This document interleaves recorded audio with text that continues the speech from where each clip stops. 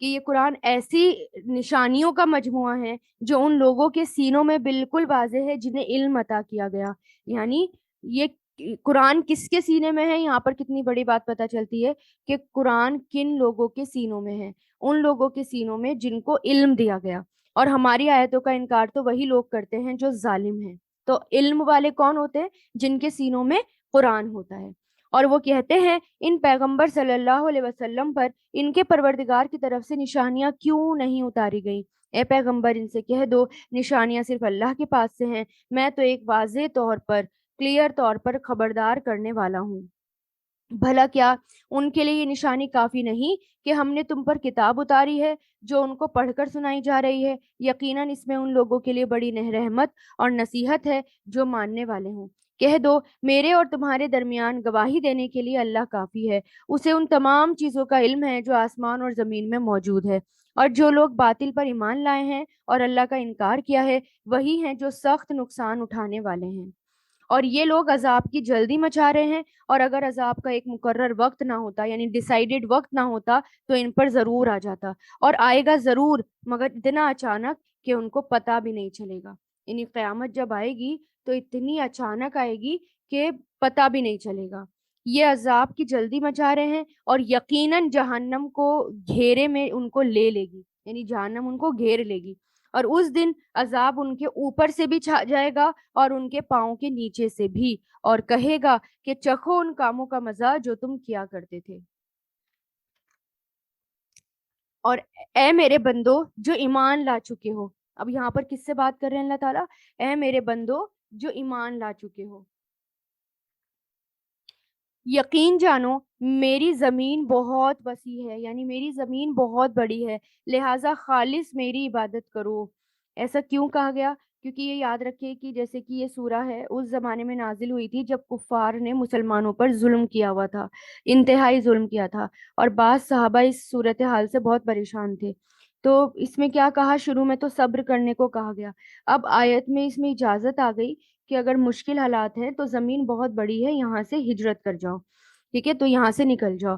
یعنی کوئی بھی ایسی زمین، کوئی بھی ایسی جگہ جہاں انسان توحید پر، ایک اللہ کی عبادت پر قادر نہ ہو، جہاں انسان حرام کاموں سے نہ بچ سکے، پھر انسان کو وہ جگہ چھوڑ دینی چاہیے. اس لیے اللہ تعالیٰ کہہ رہے ہیں کہ میرے بندو، اتنے پیار سے خطاب کر رہے ہیں کہ میرے بندو جو ایمان لائے ہو، میری زمین بہت بڑی ہے، تو لہٰذا صرف میری ہی عبادت کرو. یعنی کسی سے دب کر یہ نہیں کہ اللہ تعالیٰ کی عبادت چھوڑ دو.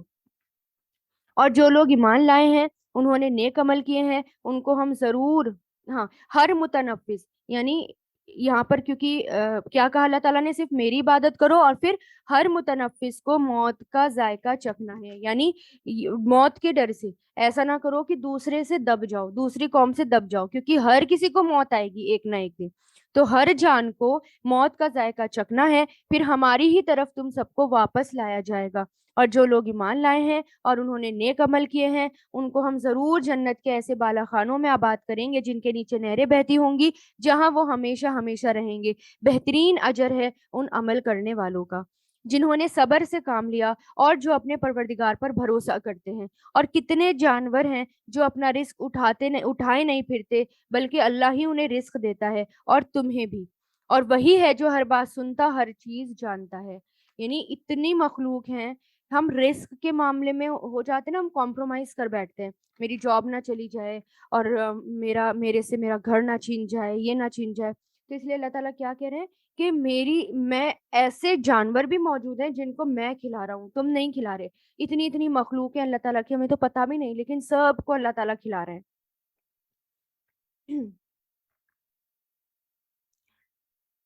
اب دیکھیں عمر بن خطاب رضی اللہ تعالیٰ عنہ کہتے ہیں رسول اللہ نے فرمایا کہ اگر تم اللہ پر ویسا ہی توکل کرو، یعنی بھروسہ کرو جیسا کہ توکل کرنے کا حق ہے، تو وہ تمہیں اس طرح روزی دے گا جس طرح پرندوں کو دیتا ہے. صبح وہ اٹھتے تو بھوکے ہیں اور شام کو پیٹ بھرے ہوئے آتے ہیں.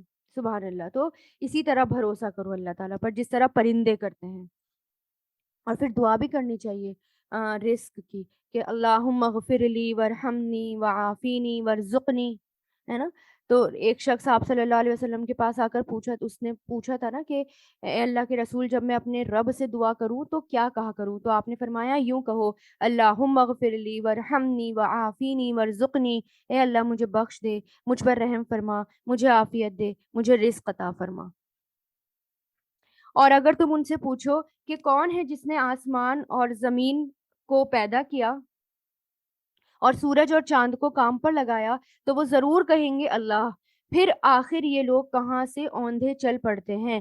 اللہ اپنے بندوں میں سے جس کے لیے چاہتا ہے رزق میں کشادگی پیدا کرتا ہے، اور جس کے لیے چاہتا ہے تنگی کر دیتا ہے۔ یقیناً اللہ ہر چیز کا مکمل علم رکھتا ہے۔ اور اگر تم ان سے پوچھو کون ہے جس نے آسمان سے پانی برسایا، پھر اس کے ذریعے زمین کے مردہ ہونے کے بعد اسے زندگی دی، تو وہ ضرور کہیں گے اللہ۔ کہو الحمدللہ، لیکن ان میں سے اکثر لوگ عقل سے کام نہیں لیتے۔ یعنی پھر سے آپ دیکھیں نا کہ سوال جواب کا کتنا اس میں کہا گیا، کہ یہاں پر بھی اللہ تعالیٰ بار بار کہتے ہیں کہ ان سے اس طرح کے سوال کرو۔ اور یہ دنیاوی زندگی کھیل کود کے سوا کچھ نہیں، اور حقیقت یہ ہے کہ دارالآخرت یعنی آخرت کا گھر ہی اصل زندگی ہے۔ اور یہ لوگ جانتے ہوتے، کاش یہ لوگ جانتے ہوتے۔ چنانچہ جب یہ کشتی میں سوار ہوتے ہیں تو اللہ کو اس طرح پکارتے ہیں کہ ان کا اعتقاد خالص اسی پر ہوتا ہے، یعنی بالکل بھروسہ صرف اسی پر کرتے ہیں، اللہ تعالیٰ پر۔ اور پھر جب انہیں وہ بچا کر خشکی پر لے آتا ہے تو فوراً شرک کرنے لگتے ہیں۔ کر لیں یہ لوگ ناشکری اس نعمت کی جو ہم نے ان کو دی ہے، اور اڑا لیں کچھ مزے، پھر وہ وقت دور نہیں جب انہیں سب پتہ چل جائے گا۔ اس لیے اللہ تعالیٰ کی دی ہوئی چیزوں کا شکر گزار ہونا چاہیے، اللہ تعالیٰ کی نعمتوں کا شکر گزار ہونا چاہیے، نہ کہ اس کی ناشکری کرنی چاہیے۔ بھلا کیا انہوں نے یہ نہیں دیکھا کہ ہم نے ان کے شہر کو ایک پرامن حرم بنا دیا، جبکہ ان کے ارد گرد لوگوں کا یہ حال ہے کہ انہیں اچک لیا جاتا ہے۔ یعنی مکہ والے جب مکہ میں رہتے تھے تو وہاں پر جو ہے بالکل سکون سے رہتے تھے، ہے نا، اور آس پاس کے شہروں میں اتنا پرسکون نہیں تھے۔ لیکن اللہ تعالیٰ کی یہ نعمت ہے، جب ہمیں اللہ تعالیٰ سکون کا ماحول دیتے ہیں نا، تو یہ اس پہ بھی اللہ تعالیٰ کا شکر گزار ہونا چاہیے، یہ بھی اللہ تعالیٰ کی نعمت ہوتی ہے۔ اگر ہم سفر آسانی سے کر پائیں نا تو وہ بھی اللہ تعالیٰ کی نعمت ہوتی ہے، ہر حال میں اللہ تعالیٰ کا شکر ادا کرنا چاہیے۔ تو کیا بھلا انہوں نے نہیں دیکھا کہ ہم نے ان کے شہر کو ایک پرامن بنا دیا، جبکہ ان کے ارد گرد آس پاس لوگوں کا یہ حال ہے کہ انہیں اچک لیا جاتا ہے؟ کیا پھر بھی یہ باطل پر ایمان لاتے ہیں، یعنی جھوٹ پر ایمان لاتے ہیں اور اللہ کی نعمت کی ناشکری کرتے ہیں؟ اور اس شخص سے بڑا ظالم کون ہوگا جو اللہ پر جھوٹا بہتان باندھے، یا جب اس کے پاس حق کی بات پہنچے تو وہ اسے جھٹلا دے؟ کیا جہنم میں ایسے کافروں کا ٹھکانہ نہیں ہوگا؟ اور جن لوگوں نے ہمارے خاطر کوشش کی، یہاں پر کیا کہنے اللہ تعالیٰ، جن لوگوں نے ہمارے خاطر کوشش کی ہم انہیں ضرور بالضرور اپنے راستوں پر پہنچائیں گے، اور یقیناً اللہ نیکی کرنے والوں کے ساتھ ہے۔ جب ہم یعنی ہدایت کا تعلق کس سے ہے؟ جد و جہد سے، محنت سے۔ جو محنت کرے گا، کوشش کرے گا، سخت محنت کرے گا، اللہ سبحانہ و تعالیٰ اپنے راستے کی ہدایت اسے ضرور دے گا۔ ابن قیم کہتے ہیں اللہ نے جد و جہد کو ہدایت کے ساتھ معلق کیا، یعنی جوڑ دیا۔ لوگوں میں سے جو زیادہ جہاد کرنے والا ہوگا، محنت کرنے والا ہوگا، وہ کامل یعنی مکمل ہدایت والا ہے۔ اور سب سے زیادہ فرض جو محنت ہے، یعنی جو جد و جہد ہے، وہ نفس کے ساتھ ہے، یعنی اپنے ساتھ انسان اسٹرگل کرے، اپنے نفس کو کنٹرول کرنے کی کوشش کرے۔ تو یہاں پر ہم محنت سے آج کل کتراتے ہیں، ہم محنت سے بھاگتے ہیں۔ محنت سے بھاگنا نہیں چاہیے، کترانا نہیں چاہیے، علم حاصل کرنے کے لیے کوشش کرنی چاہیے۔ رسول اللہ نے فرمایا، مسند احمد کی روایت ہے، مجاہد وہ ہوتا ہے جو اللہ کی اطاعت کے معاملے میں اپنے نفس سے جہاد کرے، یعنی اپنے آپ کو، اپنے نفس کو کنٹرول کرے۔ ہمارا دل نہیں کر رہا کہ ہم قرآن سیکھیں پڑھیں، لیکن نہیں، ہمیں اپنے نفس کو کچلنا ہے، اپنے نفس کو مارنا ہے، اور اس کے لیے ہمیں آگے بڑھنا ہے نا۔ ہر جو چیز اللہ کے راستے میں رکاوٹ ڈالے، یعنی ہمارا نفس اس سے ہمیں کیا، ہمارا نفس ہمیں کمفرٹیبل لائف دینا چاہتا ہے نا، کہ نہیں یہ تو بہت اچھا ہے، مجھے تو یہی کرنا ہے۔ نہیں، تو ہمیں کیا کرنا ہے، اپنے نفس کو کنٹرول کرنے کی کوشش کرنی ہے، جو کہ بہت مشکل کام ہوتا ہے۔ سورہ روم، سورہ روم شروع ہوتی ہے، اور اس کے اندر ایک خاص واقعے کی طرف اشارہ ہے۔ جس وقت آپ صلی اللہ علیہ وسلم کو نبوت ملی تھی، اس وقت دنیا میں نا دو بڑی سپر پاورز تھی۔ ایک تو ایران کی حکومت، جو مشرق علاقے کی طرف پھیلی ہوئی تھی، اور اس کے بادشاہ کو کسرا کہا جاتا تھا۔ یہ لوگ آگ کی پوجا کرتے تھے۔ دوسری طرف روم یہ سپر پاور تھی، اور یہ مغرب کی طرف پھیلی ہوئی تھی۔ شام، مصر، ایشیا، یوروپ وغیرہ یہاں پر یہ اسی کے انڈر تھے۔ تو جس زمانے میں یہ صورت نازل ہوئی، ان دونوں طاقتوں کے درمیان، یعنی جو دونوں سپر پاور تھی، ان میں شدید جنگ چل رہی تھی، اور اس میں ایران کا جو پلہ تھا نا، ہر لحاظ سے بھاری تھا۔ اور ایران میں کون تھے؟ جو بت پرست تھے، یعنی جو آگ کی پوجا کرتے تھے، اور انہوں نے رومیوں کو دبا رکھا تھا، اور وہ روم جو تھے وہ اس سے جیت نہیں پاتے تھے۔ تو یہاں تک کہ بیت المقدس کو بھی انہوں نے، جو ان کا کلیسا ہے، اس کو بھی انہوں نے جو ہے کولیپس کر دیا، یعنی ہر طرح سے روم کو دبایا۔ اور پھر یہاں پر جو ہے مشرکین مکہ، وہ مسلمانوں کو دبا رہے تھے۔ تو اور وہ یہ مذاق بنا رہے تھے کہ دیکھو دنیا میں بھی، یعنی وہاں پر بھی جو سپر پاورز ہیں، اس میں سے جو شرک کرنے والے لوگ ہیں نا، یعنی جو بت پرست ہیں، وہ جیت رہے ہیں۔ اہل کتاب وہاں بھی ہار رہے ہیں، اور تم بھی اہل کتاب ہونے کا دعویٰ کرتے ہو، یہاں بھی ہار رہے ہو۔ تو یہاں پر اللہ تعالیٰ نے پیشن گوئی دی کہ ایک وقت ایسا آئے گا کہ روم جو ہیں وہ جیتیں گے، ہے نا، اور ان کا پلڑا جو ہے وہ بھاری ہوگا۔ تو یہ بات جب رسول اللہ نے بتائی، یعنی مسلمانوں کے ذریعے مشرکین مکہ کو پتہ چلی، تو مشرکین مکہ بہت زیادہ مذاق اڑانے لگے، اور یہ کہنے لگے کہ دیکھو، جو کہ جس کے کوئی چانسز ہی نہیں ہے جیتنے کے، جو ایک سالوں سے نہیں جیتتا ہے، وہ اب جیت جائے گا کچھ سالوں میں، ایسا کیسے ہوگا؟ یہ پاسبل نہیں ہے۔ تو یہاں پر اللہ تعالیٰ نے کہا، اور ایسا ہوا بھی، کچھ سالوں کے اندر یہ بات صحیح ثابت ہوئی۔ تو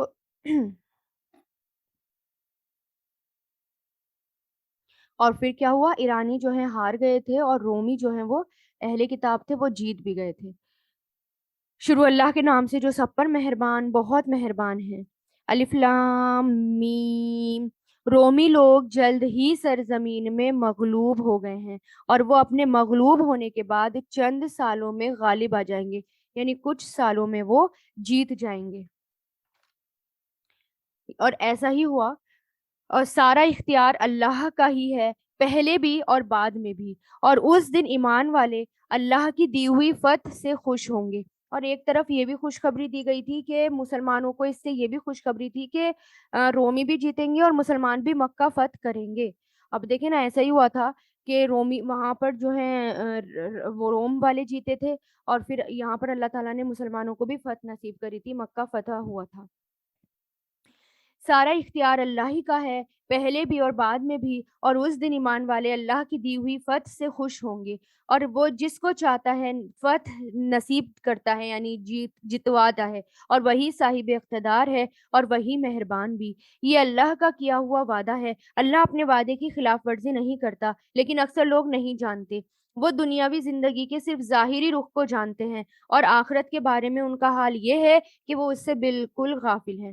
یعنی لوگ صرف دنیا کی اٹریکشن کو دیکھتے ہیں، آخرت سے بالکل غافل ہیں، اور مسلمانوں کا بھی یہی حال ہے کہ آخرت کے بارے میں پرواہ ہی نہیں ہے۔ بھلا کیا انہوں نے اپنے دلوں میں غور نہیں کیا کہ اللہ نے آسمان اور زمین کو بغیر کسی برحق مقصد کے اور کسی مقرر وقت کے ایسے ہی پیدا نہیں کر دیا؟ یعنی سب کا ٹائم پیریڈ ہے، ایک ٹائم لمٹ ہے، اور ہر کوئی ایک مقصد سے پیدا ہوا ہے۔ اور بہت سے لوگ ہیں کہ اپنے پروردگار سے جا ملنے کا انکار کرتے ہیں۔ کیا یہ لوگ زمین میں چلے پھرے نہیں تاکہ وہ یہ دیکھتے کہ ان سے پہلے جو لوگ تھے ان کا انجام کیسا ہوا؟ وہ طاقت میں ان سے زیادہ مضبوط تھے، اور انہوں نے زمین کو بھی جوتا تھا، اور جتنا انہوں نے ان لوگوں نے اسے آباد کیا ہے، اس سے زیادہ انہوں نے اس کو آباد کیا تھا۔ یعنی پہلے کے لوگ زیادہ ڈیولپ تھے، اللہ تعالیٰ کہہ رہے ہیں اس سے زیادہ انہوں نے زمین کو جوتا، زیادہ ڈیولپمنٹ کیا تم سے زیادہ۔ اور ان کے پاس ان کے پیغمبر کھلی کھلی نشانیاں لے کر آئے تھے، ریفرنسز لے کر آئے تھے۔ چنانچہ اللہ تو ایسا نہیں تھا کہ ان پر ظلم کرے، لیکن وہ خود اپنی جانوں پر ظلم کیا کرتے تھے۔ پھر جن لوگوں نے برائی کی تھی ان کا انجام بھی برا ہوا، کیونکہ انہوں نے اللہ کی آیتوں کو جھٹلایا تھا اور اس کا مذاق اڑایا تھا۔ اللہ ہی مخلوق کی ابتدا کرتا ہے، یعنی شروعاتی، یعنی پہلی بار پیدا بھی اللہ کرتا ہے، وہی اسے دوبارہ پیدا کرے گا، پھر تم سب اس کے پاس بلائے جاؤ گے، اور جس دن قیامت برپا ہوگی اس لوگ مجرم لوگ نا امید ہو جائیں گے، یعنی جب قیامت آئے گی تو سخت مایوسی والا دن ہوگا، اور جو مجرم لوگ ہوں گے وہ سخت مایوس نظر آئیں گے، لیکن ہم اس دن کی تیاری نہیں کر رہے ہیں۔ یہاں قیامت کو ساتھ کہا گیا ہے، ساتھ کہتے ہیں گھڑی کو، ایک دم وہ گھڑی آ جائے گی، یعنی آنکھ جھپکنے کی بھی دیر نہیں لگے گی اور فوراً قیامت آ جائے گی، اور لوگ الگ الگ گروہوں میں بٹ جائیں گے، اور انہوں نے جن کو اللہ کا شریک مان رکھا تھا ان میں سے کوئی ان کا سفارشی نہیں ہوگا، اور خود یہ لوگ اپنے مانے ہوئے شریکوں سے منکر ہو جائیں گے، یعنی اپنے معبودوں کا انکار کر بیٹھیں گے، کیونکہ معبود بھی انکار کر دیں گے نا، ہمیں نہیں پتا کہ ہماری عبادت کرتے تھے، وہ بھی اس دن، یعنی ایک دوسرے کا، دونوں ہی ایک دوسرے کو جھٹلا دیں گے، اور جس دن قیامت برپا ہوگی اس روز لوگ مختلف قسموں میں بٹ جائیں گے، الگ الگ گروپس میں بٹ جائیں گے، چنانچہ جو لوگ ایمان لائے تھے انہوں نے نیک عمل کیے تھے ان کو تو جنت میں ایسی خوشیاں دی جائیں گی جو ان کے چہروں سے پھوٹی پڑ رہی ہوں گی، یعنی اتنی خوشی، اور جن لوگوں نے کفر کیا تھا وہ ہماری آیتوں کو ہماری آیتوں کے ساتھ بھی کفر کیا تھا اور آخرت کا سامنا کرنے کو بھی جھٹلایا تھا، تو ایسے لوگوں کو عذاب میں دھر لیا جائے گا، لہٰذا اللہ کی تسبیح کرو اس وقت بھی جب تمہارے پاس شام آتی ہے، اس وقت بھی جب تم صبح طلوع کرتے ہو۔ پھر یہاں پر تسبیح کا ذکر آیا، صبح شام کے اذکار یعنی صبح شام تسبیح کرو، صبح فجر میں اور شام کو عصر کے ٹائم، یہ جو تسبیح ہوتی ہیں گناہ مٹانے کا ذریعہ ہوتی ہیں۔ یہاں پر کیا کہا گیا؟ سورج غروب ہونے سے پہلے اور سورج طلوع ہونے سے پہلے، ڈوبنے سے پہلے، نکلنے سے پہلے تسبیح کیا کرو، اور اسی کی حمد ہوتی ہے آسمانوں میں بھی اور زمین میں بھی، اور سورج ڈھلنے کے وقت بھی اس کی تسبیح کرو، اور اس وقت بھی جب تم پر ظہر کا وقت آتا ہو، پانچوں وقت کی نماز کا بھی ذکر ہے یہاں پر، اس کو بھی تسبیح کہا جاتا ہے، کہا گیا ہے بعض اسکالرز کے نزدیک۔ وہ جاندار کو بے جان سے نکالتا ہے اور بے جاندار سے جاندار کو نکالتا ہے۔ اچھا یہ دیکھیں قرآن میں جگہ جگہ نماز کا بھی ذکر ہے اور تسبیح کا بھی ذکر ہے، اور نماز قائم کرو، اس کے ساتھ ساتھ تسبیح کا بھی بار بار ذکر ہے، اور اس میں پانچوں وقت کی نماز بھی شامل ہوتی ہیں اور تسبیح بھی، تو یہ جو ہے انسان کو محفوظ رکھتی ہیں، بچاتی ہیں، لیکن ہم بہت کم ہوتے ہیں جو کہ تسبیح کرتے ہیں، میجورٹی بہت کم ہے جو صبح شام کے اذکار کو پابندی سے پکڑ لیں۔ صبح شام کی جو اذکار ہوتے ہیں نا، اگر ہم پابندی سے پڑھ لیں تو انشاءاللہ صحت مند بھی رہیں گے، جلدی بوڑھے بھی نہیں ہوں گے، جلدی تھکان بھی نہیں ہوگی، اللہ تعالیٰ ہر طریقے سے ہمارے لیے کافی ہو جائیں گے۔ وہ جاندار کو بے جان سے نکال لاتا ہے اور بے جان کو جاندار سے نکال لیتا ہے، اور وہ زمین کو اس کے مردہ ہو جانے کے بعد زندگی دیتا ہے، اور اسی طرح تم کو قبروں سے نکال لیا جائے گا، اور اس کی قدرت کی ایک نشانی یہ ہے کہ اس نے تم کو مٹی سے پیدا کیا، پھر تم دیکھتے ہی دیکھتے انسان بن کر زمین میں پھیل گئے، اور اس کی ایک نشانی یہ بھی ہے کہ اس نے تمہارے لیے تم ہی میں سے بیویاں پیدا کی تاکہ تم ان کے پاس جا کر سکون حاصل کرو، اور تمہارے درمیان محبت اور رحمت کے جذبات رکھ دیے، یعنی یہ کس نے رکھے؟ اللہ تعالیٰ نے، یہ اللہ تعالیٰ کا کرم ہوتا ہے۔ اب یہاں پر تم ہی میں سے پیدا کیا کا مطلب کیا؟ کہ آدم علیہ السلام کی تخلیق مٹی سے ہوئی، اور وہ ایک نشانی ہے اللہ تعالیٰ کی، اور پھر انہی میں سے ان کی بیوی کو پیدا کیا ہے نا، ان کی ایک پسلی سے، تو پھر اللہ تعالیٰ نے ان کے درمیان کیا کر دیا؟ محبت رکھ دی، دونوں کے درمیان محبت رکھ دی، اور تاکہ ایسا کیوں کیا؟ تاکہ ساتھ میں مل کر چلیں، ساتھ میں رہیں، اکٹھے رہیں، اور ایک ایک دوسرے کے لیے جذبات ہوں، فیلنگس ہوں، ایک دوسرے کے ساتھ سکون حاصل ہوں۔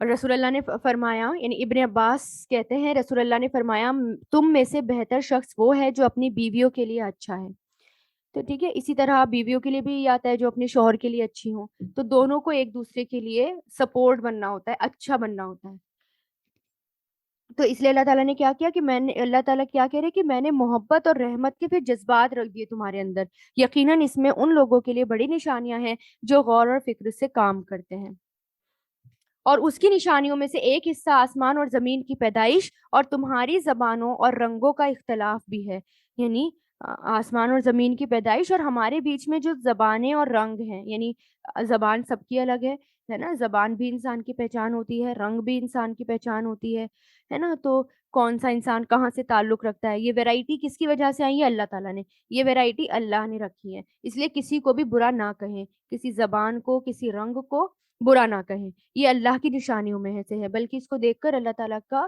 شکر گزار بنے. یقیناً اس میں سمجھداروں کے لیے, عقل مند لوگوں کے لیے بڑی نشانیاں ہیں, اور اس کی نشانیوں کا ایک حصہ تمہارا رات اور دن کے وقت سونا ہے اور اس کا فضل تلاش کرنا ہے. یقیناً اس میں ان لوگوں کے لیے بڑی نشانیاں ہیں جو بات سنتے ہیں, اور اس کی ایک نشانی یہ بھی ہے کہ وہ تمہیں بجلی کی چمک دکھاتا ہے جس سے ڈر بھی لگتا ہے اور امید بھی ہوتی ہے, اور آسمان سے پانی بھی برستا ہے جس کے ذریعے وہ زمین کو اس کے مردہ ہو جانے کے بعد زندگی دیتا ہے. یقیناً اس میں ان لوگوں کے لیے بڑی نشانیاں ہیں جو عقل سے کام لیتے ہیں. یعنی یہ کس کی طرف اشارہ ہے, بجلی, یعنی اللہ تعالیٰ بارش اور بجلی, اس میں خوشخبری بھی ہوتی ہے اور اس میں جو ہے رحمت بھی ہوتی ہے, اللہ تعالیٰ کی طرف سے خوشخبری بھی ہے اور پھر ڈر بھی لگتا ہے. تو جب بارش آتی ہے تو دونوں چیزیں جمع ہو جاتی ہیں, تو اس لیے کیا کہا جاتا ہے کہ جب بارش آنے کا وقت ہو, بجلی کڑکنے کا وقت ہو, تو کیا کریں, اللہ تعالیٰ کی حمد اور ثنا کریں, اللہ تعالیٰ کی تعریف بیان کریں. اور اس کی نشانیوں میں سے ایک یہ بھی نشانی ہے کہ آسمان اور زمین اس کے حکم سے قائم ہے.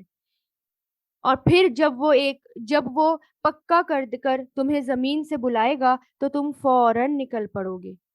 یعنی جب قیامت آئے گی اور اللہ تعالیٰ ہمیں پکاریں گے, اور پھر وہ جب اللہ تعالیٰ کی پکار ہوگی تو کیا ہوگا کہ زمین سے سارے کے سارے نکل کھڑے ہوں گے. اسی زمین میں جانا ہوتا ہے اور اسی زمین سے پھر واپس آنا ہوتا ہے, اور آسمان اور زمین میں جو بھی کچھ ہے سب اسی کی ملکیت ہے اور سبھی اسی کے حکم کے تابع ہیں. اور وہی ہے جو مخلوق کی ابتدا کرتا ہے, یعنی پہلی بار پیدا کرتا ہے, پھر اسے دوبارہ پیدا کرے گا, اور یہ کام اس کے لیے بہت زیادہ آسان ہے, اور اسی کی سب سے اونچی شان ہے آسمان میں بھی اور زمین میں بھی. اور وہی ہے جو اقتدار والا ہے, حکمت والا بھی. وہ تمہیں خود تمہارے اندر سے ایک مثال دیتا ہے, یعنی ہمارے اندر جب ہم جھانک کر دیکھیں گے تو مثالیں یعنی نشانیاں ہی نشانیاں موجود ہیں کہ کیسے پورا باڈی سسٹم ہمارا کس طرح کام کرتا ہے, اور ہماری آنکھیں, ہمارے کان, ناک, یہ سب اللہ تعالیٰ کی طرف سے نشانیاں ہیں. اگر انسان اپنے اوپر ہی غور کرے تو اللہ تعالیٰ کی پہچان ہونے لگے اسے.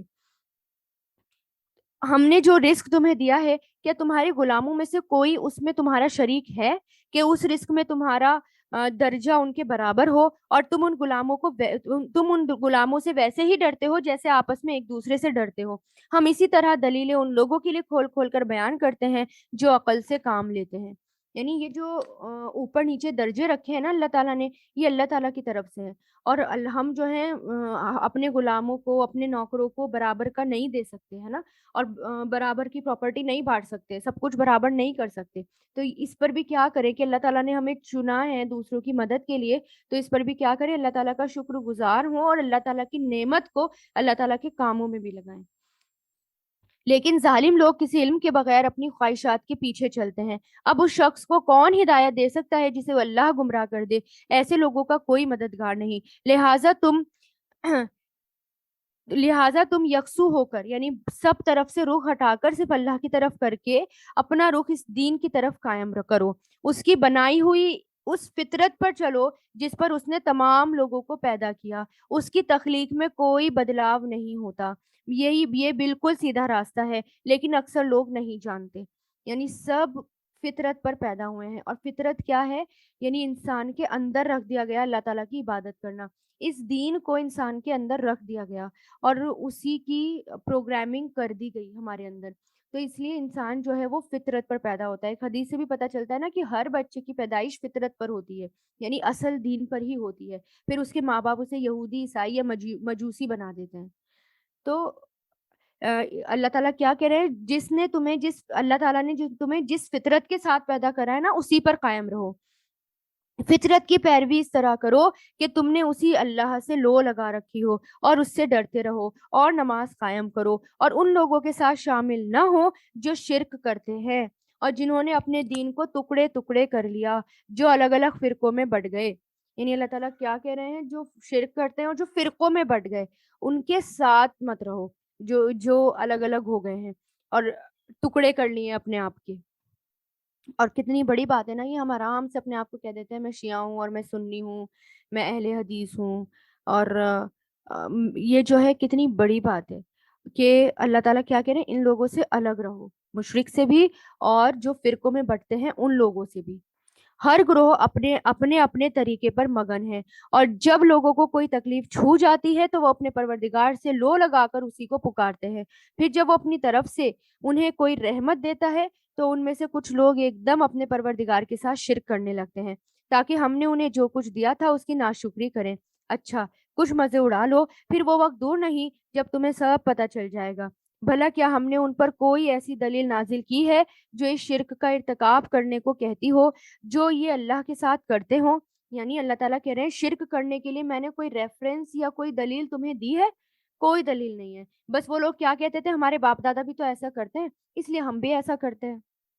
اور جب ہم لوگوں کو رحمت کا مزہ چکھاتے ہیں تو وہ اتراج آتے ہیں، اور اگر انہیں خود اپنے ہاتھوں کی کرتوت کی وجہ سے کوئی برائی پہنچ جائے تو وہ ذرا سی دیر میں مایوس ہونے لگتے ہیں. یعنی ایسا ہی ہوتا ہے نا، جب انسان کے اوپر کوئی پریشانی آتی ہے تو وہ ایک دم مایوس ہو جاتا ہے، جبکہ اپ اینڈ ڈاؤن زندگی کا حصہ ہوتے ہیں. کبھی ویکنیس، کبھی ہم صحت مند ہوتے ہیں، کبھی فائنینشلی ہمارے اوپر ہم فائنینشلی اچھے ہوتے ہیں، کبھی ہم اچھے نہیں رہتے. تو اس میں دو طریقے ہوتے ہیں، ایک تو اللہ تعالیٰ سے ناراض ہو جائیں، یا دوسرا پھر اللہ تعالیٰ کو راضی کر لیں، ہے نا، اور اس پر صبر کریں. تو بہتر راستہ کون سا ہے کہ اللہ تعالیٰ کو راضی کر لیں. کبھی کبھار ایسا بھی ہوتا ہے، حدیث میں آتا ہے کہ کبھی کبھار بعض اوقات بندے کو ایک رزق ملتا ہے مگر اس کے گناہ کی وجہ سے وہ اس رزق سے محروم کر دیا جاتا ہے. تو اس لیے ہمیں نہیں پتا کہ ہماری جو مشکل سامنے آ رہی ہے وہ کیوں آ رہی ہے. ہو سکتا ہے کسی گناہ کی وجہ سے آ رہی ہو. تو اس لیے ہر حال میں کیا سکھایا گیا، ان للہ و انا الیہ راجعون، کہ ہم اللہ ہی کے لیے ہیں اور ہمیں اللہ ہی کی طرف لوٹ کر جانا ہے. اور پھر اس لیے ہر مشکل پر ایک تو استغفار پڑھنے کو کہا جاتا ہے، ہر پرابلم پر استغفار پڑھنے کو کہا جاتا ہے. اور پھر کیا کہا جاتا ہے کہ اللہ ہی کی یعنی اللہ کا شکر گزار بنے، صبر کریں اس پر. کیا انہوں نے نہیں دیکھا، اللہ جس کے لیے چاہتا ہے رزق کشادہ کر دیتا ہے، جس کے لیے چاہتا ہے تنگ کر دیتا ہے. اس میں یقیناً ان لوگوں کے لیے بڑی نشانیاں ہیں جو ایمان لائے ہیں. لہٰذا تم رشتہ داروں کو ان کا حق دو، اور مسکین اور مسافروں کو بھی. اور جو لوگ اللہ کی خوشنودی چاہتے ہیں ان کے لیے بہتر ہے، اور وہی ہے جو فلاح پانے والے ہیں. اور یہ جو تم سود دیتے ہو تو وہ لوگوں کے مال میں شامل ہو کر بڑھ جائے تو وہ اللہ کے نزدیک بڑھتا نہیں ہے. اور جو زکوٰۃ تم اللہ کی خوشنودی کے لیے حاصل کرنے کا ارادہ کرتے ہو اور دے دیتے ہو اللہ کے راستے میں، تو جو لوگ بھی ایسا کرتے ہیں وہ اپنے رزق کو کئی گنا بڑھا لیتے ہیں. یعنی سود، ربا، یہاں پر کیا گیا ہے، ربا یعنی سود. اس میں ہم انسان جو ہے کیوں لیتا ہے، تاکہ مال ہمارا بڑھ جائے، تاکہ انسان کا مال بڑھ جائے. تو اللہ تعالیٰ کیا کہہ رہے ہیں، نہیں، بظاہر تو وہ بڑھتا ہوا نظر آتا ہے لیکن مال بڑھتا نہیں ہے. کیا ہوتا ہے، اس سے برکت اٹھا لی جاتی ہے، مسلسل جو ہے برکت اس میں بالکل برکت نہیں رہتی. اور جو ہم زکوٰۃ دیتے ہیں یا صدقہ اللہ کے راستے میں دیتے ہیں اس میں برکت ہی برکت ہوتی ہے، کیونکہ زکوٰۃ اور صدقہ دینے میں کیا لگتا ہے کہ مال جا رہا ہے، سود میں کیا لگتا ہے مال آ رہا ہے نا. لیکن اس کے اپوزٹ ہوتا ہے. اور پھر یہاں پر کیا ہے، رشتہ داروں کو دو. کس کو دو، رشتہ داروں کو. اب یہاں پر سب سے پہلے رشتہ دار، پھر مسکین. اس میں سے اب رسول اللہ نے فرمایا بے شک مسکین پر صدقہ کرنے کا ایک ثواب ہے اور رشتہ دار پر صدقہ کرنے کا دگنا ثواب ہے. یعنی رشتہ داروں میں بھی اگر کوئی غریب ہے، مسکین ہے، تو اس کو بھی صدقہ دینا چاہیے.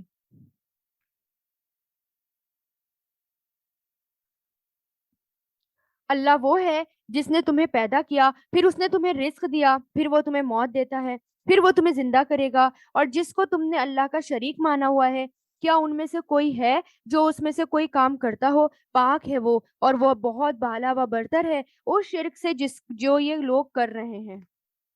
لوگوں نے اپنے ہاتھوں جو کمائی کی اس کی وجہ سے خشکی اور تری میں فساد پھیلا، تاکہ انہوں نے جو کام کیے ہیں اللہ ان میں سے کچھ مزہ انہیں چکھائے، شاید وہ باز آ جائیں.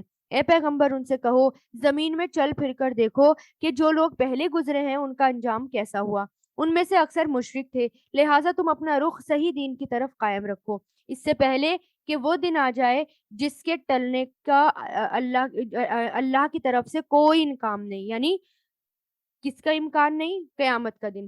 جب قیامت کا دن آئے گا تو وہ دن ٹلے گا نہیں. تو اللہ تعالیٰ کیا کہہ رہے ہیں؟ وہ دن آنے سے پہلے پہلے اللہ کے راستے میں خرچ کر لو.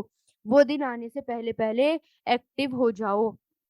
اور اس دن لوگ الگ الگ ہو جائیں گے. جس نے کفر کیا ہے اس کا کفر اسی پر پڑے گا, اور جن لوگوں نے نیک عمل کیا ہے وہ اپنے لیے ہی راستہ بنا رہے ہیں. نتیجہ یہ کہ اللہ ان لوگوں کو اپنے فضل سے جزا دے گا جو ایمان لائے ہیں, اپنے فضل سے. یعنی ہماری زندگی اتنی نہیں کہ ہم جو ہیں اس میں اتنی نیکیاں کر لیں کہ جنت مل جائے. رسول اللہ نے فرمایا جنت اللہ تعالیٰ کی رحمت سے ملتی ہے. رسول اللہ نے فرمایا کہ یہ جو بارش بھی آتی ہے, یا جو ہوائیں آتی ہیں, یہ بھی کیا ہوتی ہے؟ یہ بھی اللہ تعالیٰ کی رحمت سے آتی ہے نا. اس لیے رسول اللہ نے فرمایا ہوا اللہ تعالیٰ کی رحمت میں سے ہے. تو ایک صحابی نے کہا ہوا رحمت بھی لاتی ہے. آپ نے فرمایا اللہ کی ہوا رحمت اور عذاب بھی لاتی ہے. تو جب اسے دیکھو تو اسے برا نہ کہو, بلکہ اللہ سے خیر کا سوال کرو اور شر سے پناہ مانگو. اسی طرح جو جنت بھی ملتی ہے وہ اللہ تعالیٰ کی رحمت سے ملے گی. اس لیے اللہ تعالیٰ سے دعا کرنی چاہیے کہ اللہ تعالیٰ ہمیں جنت الفردوس عطا فرما. ورنہ مومن جنت دیکھ کر کیا کہے گا کہ میرے اعمال ایسے نہیں تھے کہ اتنی بڑی چیز مل جاتی. یقیناً اللہ کافر کو پسند نہیں کرتا. اور اس اللہ کی قدرت کی ایک نشانی یہ بھی ہے کہ وہ ہوائیں بھیجتا ہے جو بارش کی خوشخبری لے کر آتی ہیں. وہ اس لیے بھیجتا ہے تاکہ تمہیں وہ اپنی رحمت کا مزہ چکھائے, اور تاکہ کشتیاں اس کے حکم سے پانی میں چلیں اور تم اس کا فضل تلاش کرو اور شکر ادا کرو. یہاں پر بھی دیکھیں, پہلے اللہ تعالیٰ کی رحمت کا ذکر آیا کہ اللہ تعالیٰ کی فضل سے جنت ملتی ہے, پھر یہاں پر بارش کا بھی ذکر آ گیا, ہواؤں کا بھی ذکر آ گیا, ہے نا, کہ اللہ تعالیٰ سے رحمت کا. ایک حدیث میں یہ بھی آتا ہے کہ ہوا کو, رسول اللہ نے فرمایا ہوا کو لان تان نہ کرو, یعنی لعنت مت دو ہوا کو, کیونکہ یہ تو اللہ کے حکم کی پابند ہے. جس نے کسی ایسی چیز پر لعنت کی جو اس کی مستحق نہیں, تو وہ پلٹ کر اسی پر پڑتی ہے جو لعنت بھیج رہا ہو. ہم فوراً نا لعنت کے ورڈ نکال لیتے ہیں, لیکن لعنت اتنی بڑی چیز ہوتی ہے کہ اگر جس کے لیے لعنت دی جا رہی ہوتی ہے اگر وہ اس کا صحیح حقدار نہیں ہوتا نا, تو وہ پلٹ کر اپنے اوپر پڑتی ہے لعنت. اس لیے لعنت نہیں دینی چاہیے. اور اے پیغمبر, ہم نے تم سے پہلے بھی بہت سے پیغمبر ان کی قوموں کے پاس بھیجے, چنانچہ وہ ان کے پاس کھلے کھلے دلائل لے کر آئے. پھر جنہوں نے جرم کیا تھا ہم نے ان سے انتقام لیا, اور ہم نے یہ ذمہ داری لی تھی کہ ایمان والوں کی مدد کریں. اللہ ہی ہے جو ہوائیں بھیجتا ہے, چنانچہ وہ بادلوں کو اٹھاتی ہیں, پھر وہ اس بادل کو جس طرح چاہتا ہے آسمان میں پھیلا دیتا ہے, اور اسے کئی تہہ والی گھٹا میں بدل دیتا ہے. تب تم دیکھتے ہو کہ اس کے درمیان سے بارش برس رہی ہوتی ہے. چنانچہ جب وہ اپنے بندوں میں سے جن کو چاہتا ہے وہ بارش پہنچا دیتا ہے, اور وہ اچانک خوشی منانے لگتے ہیں. ہے نا, اب دیکھیں بار بار یہاں پر بارش کا ذکر ہو رہا ہے, تو اس پر بھی کیا کرنا چاہیے, ہمیں غور اور فکر کرنا چاہیے. حالانکہ اس سے پہلے جب ان کی پر بارش نہیں برسائی گئی تھی تو وہ نا امید ہو رہے تھے. اب ذرا اللہ کی رحمت کے اثرات دیکھو کہ وہ زمین کو اس کے مردہ ہونے کے بعد کس طرح زندگی دیتا ہے. حقیقت یہ ہے کہ وہ مردوں کو زندہ کرنے والا ہے, اور وہ ہر چیز پر پوری طرح قادر ہے. اور اگر ہم نقصان دہ ہوا چلا دیں جس کے نتیجے میں وہ اپنے کھیت کو پیلا پڑا ہوا دیکھیں, تو اس کے بعد یہ ناشکری کرنے لگیں گے.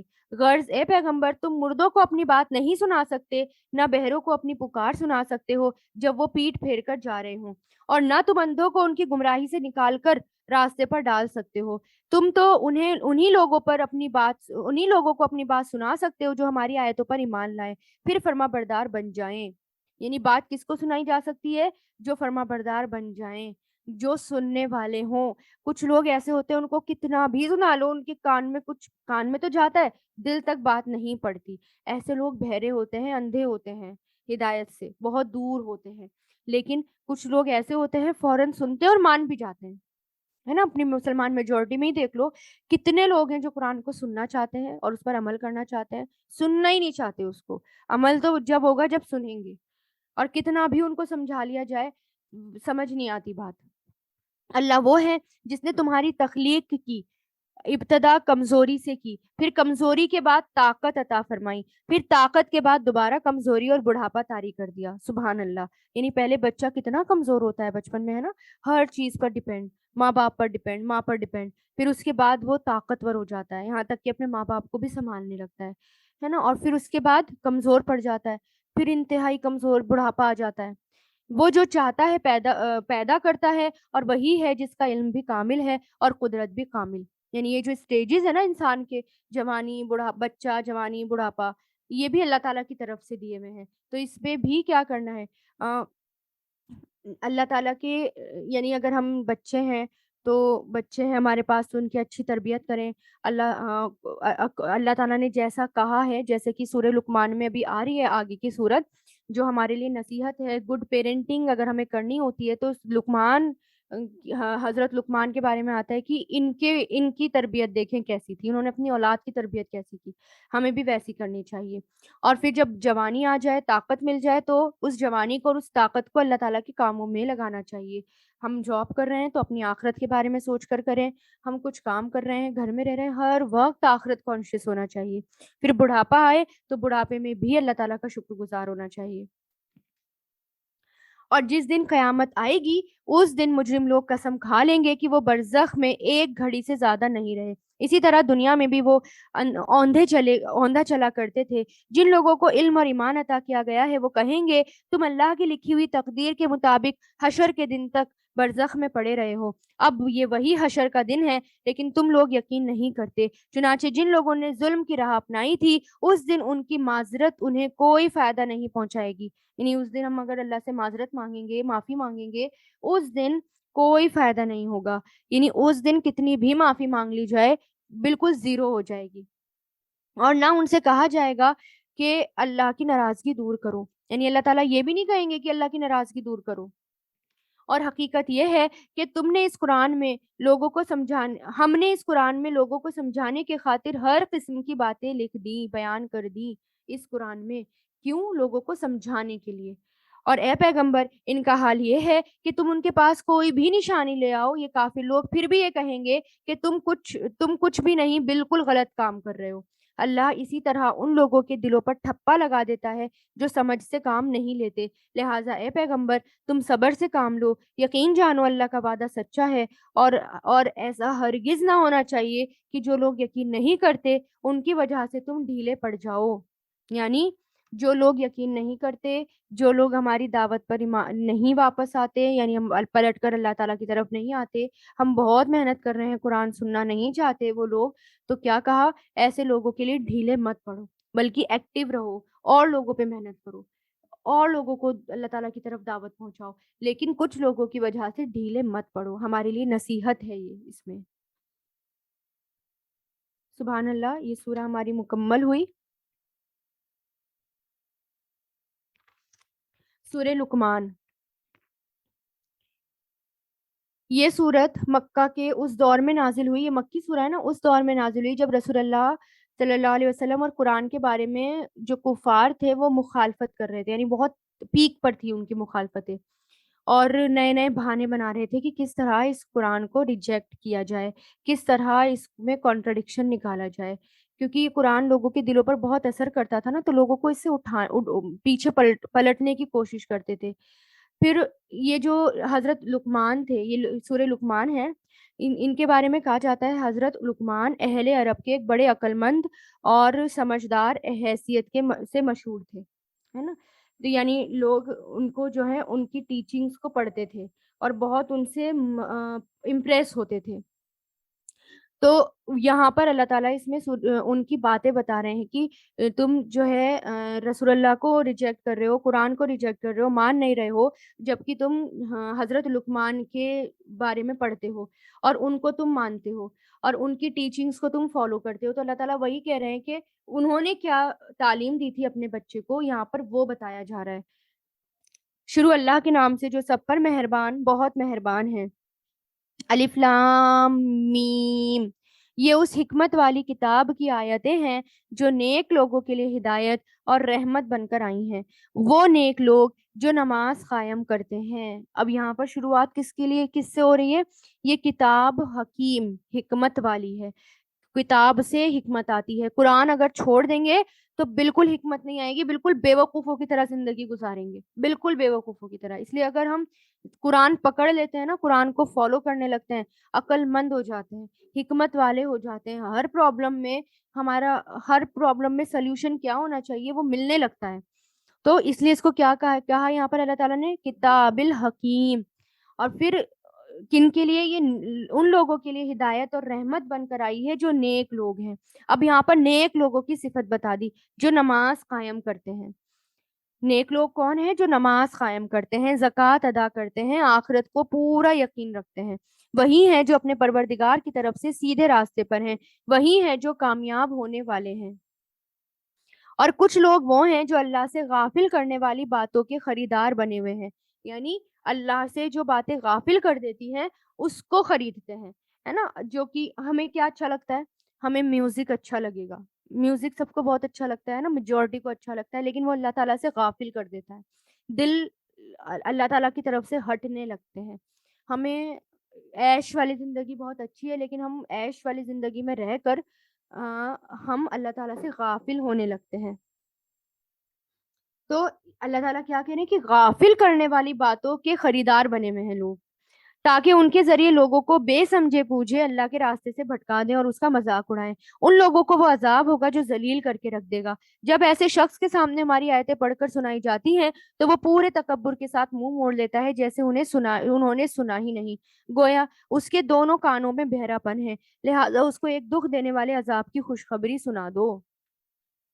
البتہ جو لوگ ایمان لے آئے ہیں اور انہوں نے نیک عمل کیے ہیں, ان کے لیے نعمتوں کے باغات ہیں جن میں وہ ہمیشہ رہیں گے. یہ اللہ کا سچا وعدہ ہے. وہ اقتدار کا بھی مالک ہے اور حکمت کا بھی مالک ہے. اس نے آسمان کو ایسے ستونوں کے بغیر پیدا کیا جو تمہیں نظر آ سکیں, اور زمین میں پہاڑوں کے لنگر ڈال دیے تاکہ وہ تمہیں لے کر ڈگمگائیں نہیں, اور اس میں ہر قسم کے جانور پھیلا دیے. اور ہم نے آسمان سے پانی برسایا, پھر اس زمین سے ہر قابل قدرت قسم کی نباتات اگا دی. یعنی گرینری. ہم دیکھتے ہیں نا فلاورز, کتنے طرح کے فلاورز ہیں, ہمیں تو پتہ ہی نہیں, کچھ ہی دیکھے ہوں گے ہم نے, بس 1 یا 2%. اور کتنے طرح کے پیڑ پودے ہیں ہمیں نہیں پتا, جڑی بوٹیاں ہیں ہمیں نہیں پتا, لیکن اللہ نے بے شمار قسم کے یہ اگا دیے اس کے اندر. یہ کیا ہے؟ یہ اللہ تعالیٰ کی قدرت کی نشانی ہے.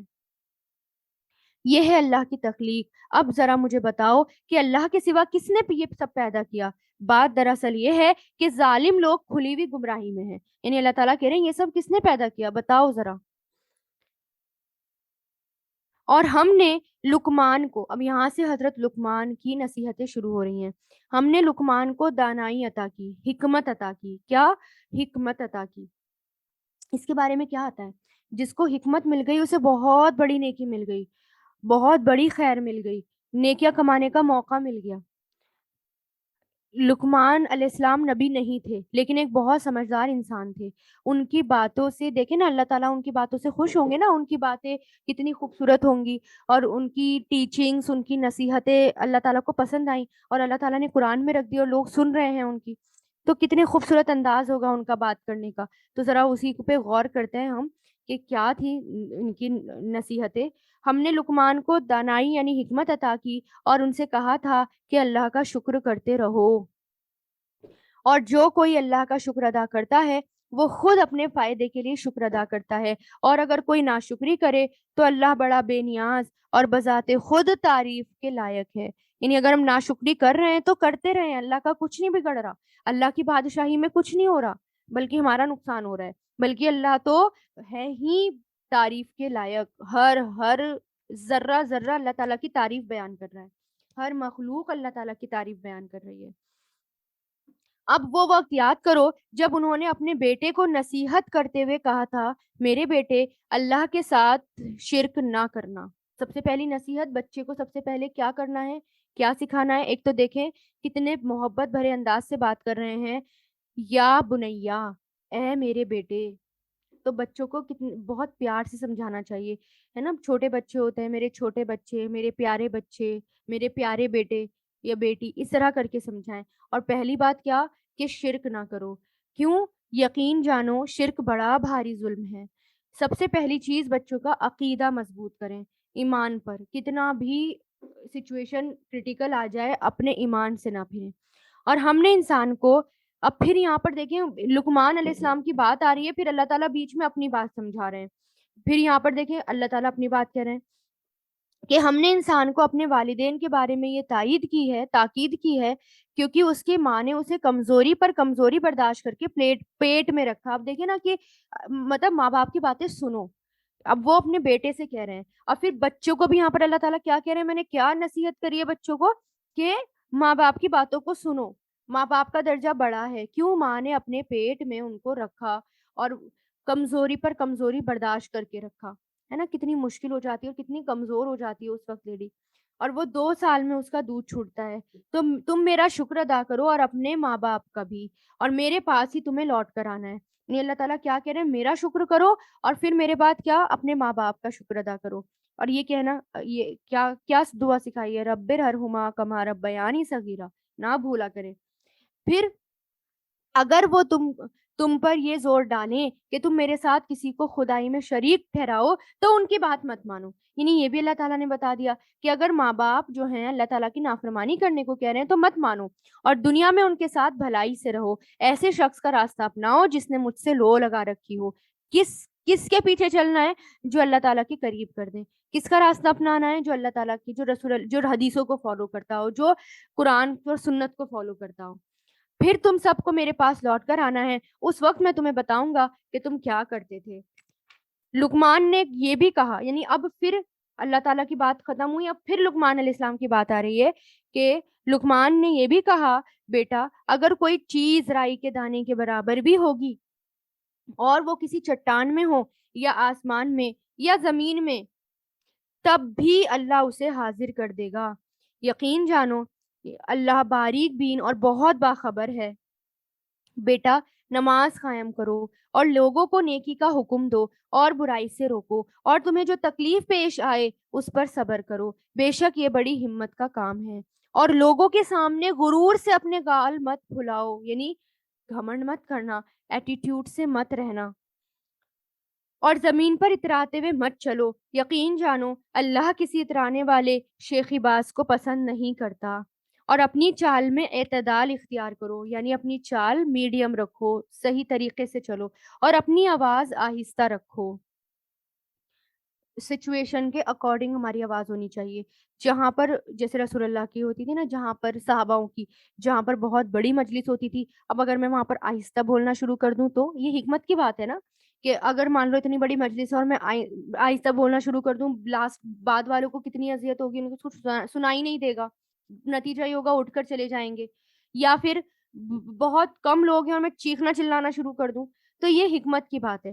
تو پھر کیا کہا کہ اپنی آواز آہستہ رکھو، بے شک سب سے بری آواز گدھوں کی آواز ہے، یعنی ایک ہی پیک میں بولتا ہے گدھا، گدھے کی آواز ذرا سن کر دیکھیے گا ابھی، ہے نا، کہ اللہ تعالیٰ کہ نا سب سے بری آواز ہے، یوٹیوب پر چلا کر دیکھیے گا، اور وہ اچھی نہیں لگتی وہ آواز، ایک ہی اس پر ہوتی ہے، چلاتا رہتا ہے ایک ہی پچ پر۔ تو کیا کہا کہ اس کی جیسی آواز مت رکھو، وہ سب سے بری آواز ہوتی ہے۔ کیا تم لوگوں نے یہ نہیں دیکھا، یعنی یہ نصیحتیں دی ہیں لقمان علیہ السلام کی، اور کتنی بہترین نصیحت وہ کر رہے ہیں، ہر چھوٹی سی نصیحت ہے اور اس کے اندر ساری باتیں آ گئی۔ تو یہی بات ہمیں اپنی اولادوں کو بھی سمجھانی چاہیے، اپنے بچوں کو اسی طرح نصیحت کرنی چاہیے۔ کیا تم لوگوں نے نہیں دیکھا کہ آسمان اور زمین میں جو کچھ ہے اسے اللہ نے تمہارے لیے کام پر لگا رکھا ہے، اور تم پر اپنی ظاہری اور باطنی نعمتیں پوری پوری نیوچھوار کر دی۔ پھر بھی انسانوں میں سے کچھ لوگ وہ ہیں جو اللہ کے بارے میں بحثیں کرتے ہیں، جبکہ ان کے پاس نہ تو کوئی علم ہے، نہ ہدایت ہے، نہ کوئی ایسی کتاب ہے جو روشنی دکھائے، اور جب ان سے کہا جاتا ہے اس چیز کی اتباع کرو جو اللہ نے اتاری ہے تو وہ کہتے ہیں نہیں، بلکہ ہم تو اس طریقے پر چلیں گے جس پر ہم نے اپنے باپ دادا کو پایا ہے۔ بھلا اگر شیطان ان کے باپ داداؤں کو بھڑکتی ہوئی آنکھ کی طرف بلا رہا ہو، کیا یہ تب بھی ان کے پیچھے چلیں گے؟ یعنی سوچ سمجھ کر چلنا چاہیے، فالو کرنا چاہیے، کس کے پیچھے جا رہے ہیں؟ ایسا تو نہیں ایسے شخص کے پیچھے جا رہے ہیں جو خود دوزخ کے پیچھے جا رہا ہو۔ اور جو شخص فرما بردار بن کر اپنا رخ اللہ کی طرف کر دے اور نیک عمل کرنے والا ہو تو اس نے یقیناً مضبوط کنڈا تھام لیا، اور تمام کاموں کا آخری انجام اللہ ہی کے حوالے ہے۔ اے پیغمبر، جس کسی نے کفر اپنا لیا ہے تم تمہیں اس کا کفر صدمے میں نہ ڈالے، آخر انہیں ہمارے پاس ہی تو لوٹ کر آنا ہے، پھر ہم انہیں بتائیں گے کہ انہوں نے کیا کیا کیا ہے۔ یقیناً اللہ سینوں میں چھپی ہوئی باتوں کو بھی خوب جانتا ہے۔ ہم انہیں کچھ مزے اڑانے کا موقع دے رہے ہیں، پھر ہم انہیں ایک سخت عذاب کی طرف کھینچ کر لے آئیں گے۔ اور اگر تم ان سے پوچھو کہ وہ کون ہے جس نے آسمان اور زمین پیدا کیے، تو وہ ضرور کہیں گے اللہ۔ کہو الحمدللہ۔ اس کے باوجود اس میں سے اکثر لوگ سمجھ سے کام نہیں لیتے۔ اللہ کا ہی ہے جو کچھ آسمانوں میں ہے اور جو کچھ زمین میں ہے، بے شک اللہ ہی ہے جو سب سے بے نیاز بذات خود تعریف والا ہے۔ اور زمین میں جتنے پیڑ ہیں، درخت ہیں، اگر وہ قلم بن جائیں، اور سمندر جو ہیں وہ، اور اس کے علاوہ 7 سمندر اور بھی، یعنی اس کے علاوہ 7 سمندر اس کے ساتھ مل جائیں اور وہ روشنائی بن کر اللہ کی صفات لکھیں، تب بھی یہ اللہ کی باتیں ختم نہیں ہوں گی۔ حقیقت یہ ہے اللہ اقتدار کا بھی مالک ہے اور حکمت کا بھی مالک ہے۔ تم سب کو پیدا کرنا اور دوبارہ زندہ کرنا اللہ کے لیے ایسا ہی ہے جیسے ایک انسان کو پیدا کرنا اور دوبارہ زندہ کرنا۔ یقیناً ہر بات وہ سنتا اور ہر چیز دیکھ، ہزاروں کروڑوں ملینز بلینز انسانوں کو پیدا کرنا اور صرف ایک انسان کو پیدا کرنا اللہ تعالیٰ کے لیے دونوں برابر ہیں۔ کتنی بڑی بات ہے نا، اللہ تعالیٰ سمجھا رہے ہیں انسان کو مثال دے دے کر۔ کیا تم نے نہیں دیکھا کہ اللہ رات کو دن میں داخل کر دیتا ہے اور دن کو رات میں داخل کر دیتا ہے، اور اس نے سورج اور چاند کو کام پر لگا رکھا ہے کہ ہر ایک کسی مقرر مدت تک رواں دواں ہے۔ اور کیا تمہیں معلوم نہیں کہ اللہ پوری طرح باخبر ہے کہ تم کیا کر رہے ہو؟ یہ سب کچھ اس لیے ہے کہ اللہ کا ہی وعدہ سچا ہے، اور جن معبودوں کو یہ مشرک پکارتے ہیں وہ بے بنیاد ہیں، اور اللہ وہی ہے جس کی شان بہت اونچی ہے، جس کی ذات بہت بڑی ہے۔ کیا تم نے نہیں دیکھا کہ کشتیاں سمندر میں اللہ کی مہربانی سے چلتی ہیں تاکہ وہ تمہیں اپنی کچھ نشانیاں دکھائیں؟ یقیناً اس میں ہر اس شخص کے لیے بہت سی نشانیاں ہیں جو صبر کا پکا اور اعلی درجے کا شکر گزار ہو، یعنی صبر کرتا ہو اور شکر گزار ہو۔ تو اللہ تعالیٰ ایسے لوگوں کے لیے نشانیاں ہیں۔ تو اللہ تعالیٰ سے دعا کریں اللہ تعالیٰ ہم سب کو صابر اور شاکر بنائے۔ اور جب موجیں سائبان کی طرح ان پر چڑھ آتی ہیں تو اللہ کو وہ اس طرح پکارتے ہیں کہ اس وقت ان کا اعتقاد خالص اسی پر ہوتا ہے، صرف اللہ پر بھروسہ کرتے ہیں۔ پھر جب ان کو بچا کر وہ خشکی پر لے آتا ہے تو ان میں سے کچھ وہ ہیں جو سیدھے راستے سے ہٹ جاتے ہیں، اور ہماری آیتوں کا انکار تو وہی شخص کرتا ہے جو پکا بد عہد ہو، پلرے درجے کا ناشکرا ہو، یعنی وعدوں کو توڑ دے اور ناشکرا ہو، وہی اللہ تعالیٰ کا انکار کرتے ہیں۔ اے لوگو، اپنے پروردگار کی ناراضگی سے بچو اور ڈرو اس دن سے جب کوئی باپ اپنے بیٹے کے کام نہیں آئے گا، نہ کسی بیٹے کی یہ مجال ہوگی کہ وہ اپنے باپ سے اپنے باپ کے ذرا بھی کام آئے۔ یہاں پر ہم بچوں کو سہارا بناتے ہیں نا، اپنی اولادوں کو سہارا بناتے ہیں کہ وہ بڑھاپے میں ہمارا سہارا ہوں گی، ہمارے کام آئیں گی۔ وہاں کوئی کسی کے کام نہیں آئے گا اللہ تعالیٰ کے یہاں۔ یقین جانو اللہ کا وعدہ سچا ہے، اس لیے ہرگز ایسا نہ ہونے پائے کہ دنیاوی زندگی تمہیں دھوکے میں ڈال دے، اور ہرگز ایسا نہ ہونے پائے کہ وہ شیطان تمہیں اللہ کے معاملے میں دھوکے میں ڈال دے، جو سب سے بڑا دھوکے باز ہے۔